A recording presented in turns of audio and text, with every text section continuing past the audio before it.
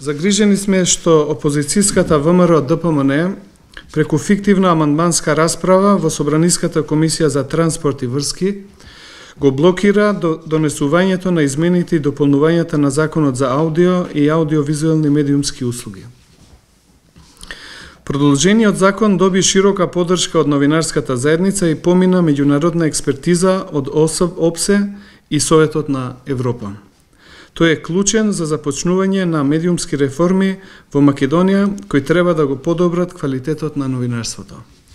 Овој закон го укинува коруптивниот систем на субвенционирање на домашната продукција во националните приватни телевизии, нуди нов модел за избор на управните органи на МРТ и Агенцијата за медиуми, кој е поотпорен на политички влијанија, а со него драстично се намалуваат и казните за медиумите.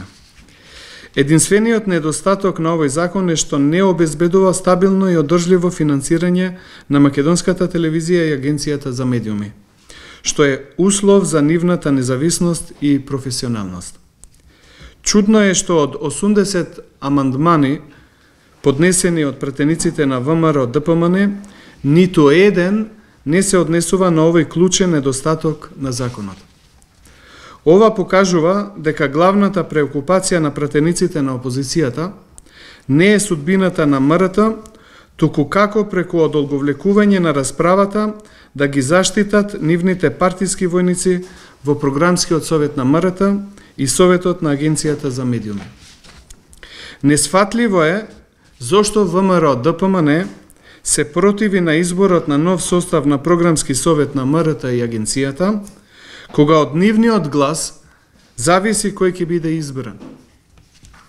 Јавно повикуваме председателката на Комисијата за транспорт и врски и екологија Лилијана Затуровска идната недела да закаже продолжување на расправата по законот, а пратениците на ДПМН да ја прекинат лажната дебата и да дозволат собранието да го усвои законот.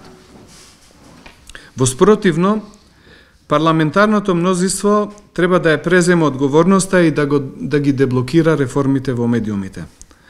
Ако опозицијската партија продолжува да се однесува неконструктивно, бараме Комисијата за прашањата за избори и именување да утврди престанок на мандатот на тројца членови на програмски совет на МРТ и на еден член во Советот на Агенцијата за медиуми, затоа што при нивниот избор не е почитувана законската процедура.